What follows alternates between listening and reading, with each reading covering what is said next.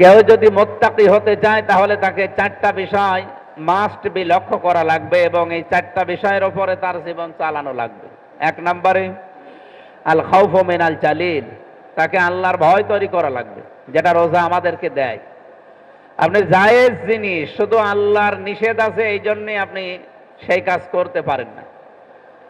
রমজান মাস বাদ দিয়ে দিনের বেলা বা বাকি অন্য 11 মাস জায়েজ স্ত্রীর কাছে যেতে কোনো বাধা নেই, কিন্তু রমজান মাসে দিনের বেলা এটা যদিও নিজের জায়েজ স্ত্রী, এরপরও আপনি ব্যবহার করতে পারবেন না, কারণ আল্লাহর নিষেধ। শুধুমাত্র এই একটা ইবাদত পৃথিবীতে আছে, তার নাম সিয়াম, রমজানের রোজা। যেটা এই রোজার ভেতরে কোনো লোক দেখানো কিছু আছে বলে আমার মনে হয় না, বা নেইও। কোনো পাগলও এমন পাবেন না যে না আমি পাগলামি করছে আমি না খেয়ে থাকলাম। বিকাশ পেমেন্টে 10,000 টাকার বেশি অফার, শপিং চলছে তো। এই জন্য রোজাটা শুধুমাত্র মানুষ যেহেতু রাখে আল্লাহর জন্যে, এই রোজার যারা যে ভয় তৈরি হয়, পৃথিবীর কোনো ইবাদতে এই ভয়টা আল্লাহর প্রতি মানুষের তৈরি হতে পারে না, বা তৈরি হওয়াও সম্ভব না।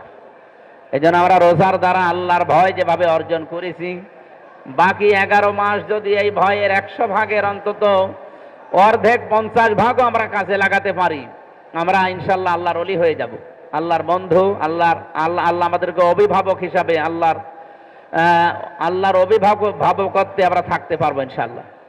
দ্বিতীয় নম্বরে হাদিসে আছে, এই শব্দের ব্যাখ্যায় পেয়েছি, যা সাওমুলি ওয়া আনা আজজি বিহি ওয়া আনা উজজা বিহি, রোজা মানুষ আমার জন্য রাখে, আর রোজার পুরস্কার এটা আমি দেব, অথবা আমি নিজেই এর পুরস্কার হয়ে যাব। এত বড় কথা পৃথিবীর কোনো ইবাদত বন্দিগিতে পাওয়া যাবে আমি অন্তত পাইনি, এটা বিশাল কথা। রোজার পুরস্কার আমি হয় নিজের হাতে করে দেব, অথবা আমি আল্লাহ নিজেই তার পুরস্কার হয়ে যাব। সুবহানাল্লাহ। আল্লাহ রমজানের রোজার দ্বারা যেটা বলতে চাইলেন নবীর হাদিসের মাধ্যমে, এটা হাদিসে কুদসি, আল্লাহ যেন আমাদেরকে এটা দান করেন।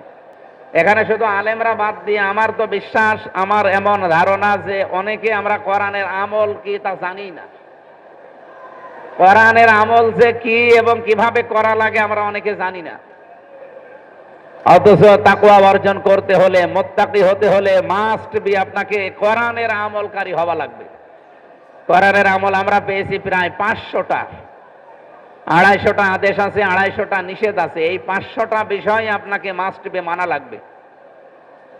উদাহরণ হিসাবে যদি এখন আমি বলি, কোন মানুষ যদি ডাকাতি করে, আপনি ধরে ফেলেছেন ডাকাতকে, এখন যদি আমরা বলি যে ডাকাত আপনি নামাজ পড়ান, এখানে কেউ রাজি হবে ডাকাতের পেছনে নামাজ পড়তে? কেউ রাজি হবে না। চোর চুরি করে ধরা পড়ে গেছে, এখন যদি বলি চোর নামাজ পড়ান, চোর হয়তো নামাজ পড়াবে, কিন্তু এখানে আমরা কেউ চোরের পেছনে নামাজ পড়তে রাজি না।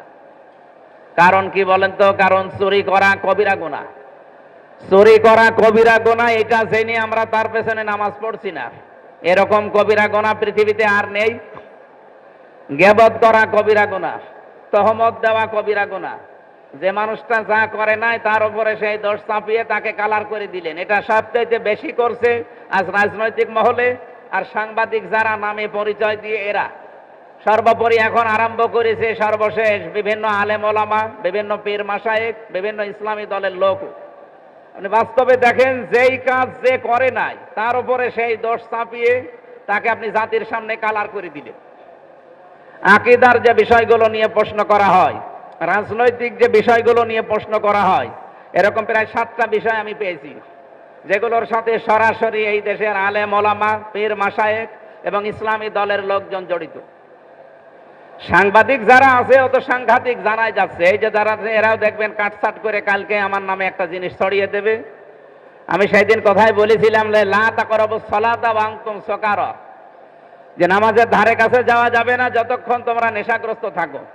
আমার নামে ছড়িয়েছে, আমির হামজা বলেছে নামাজ পড়া যাবে না, নামাজ পড়া হারাম। এ কথাকে আমি বলেছিলাম।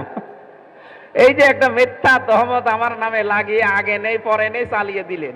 সারা দেশের মানুষের হয়তো 100 জনের 5 জন হলো আমার প্রতি একটা খারাপ ধারণা নিয়ে আসবে যে হুজুর নামাজ পড়া হারাম বলেছে। কি হুজুর, আমি কি নামাজ পড়া হারাম বলবো? আমি কি পাগল? এই জন্য না, চোর চুরি করলে তার পেছনে নামাজ পড়েন না, ডাকাতি করলে তার পেছনে নামাজ পড়তে রাজি না, যে লোকটা গেবত করে তার পেছনেও তো নামাজ হয় না।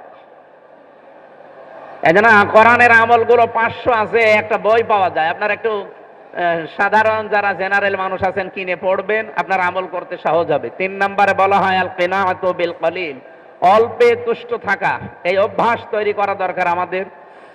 4 নম্বরে বলা হয় যে আখেরাতের পুঁজি তৈরি করার জন্য সচেষ্ট হওয়া। এই 4টা বিষয় যার ভেতরে পঙ্খানো পাওয়া যায়, আল্লাহ তাকে তাকওয়া দান করে। রব্বুল আলামিন রমজানের সিয়াম সাধনায় এই 4টা বিষয়ে অর্জন করার মাধ্যমে শুভ পরিণাম যেহেতু অপেক্ষা করছে মুত্তাকিদের জন্য, ধৈর্য ধারণের মাধ্যমে এই 4টা বিষয় সামনে কাজে পরিণত করার তৌফিক যেন দান করেন, আমিন।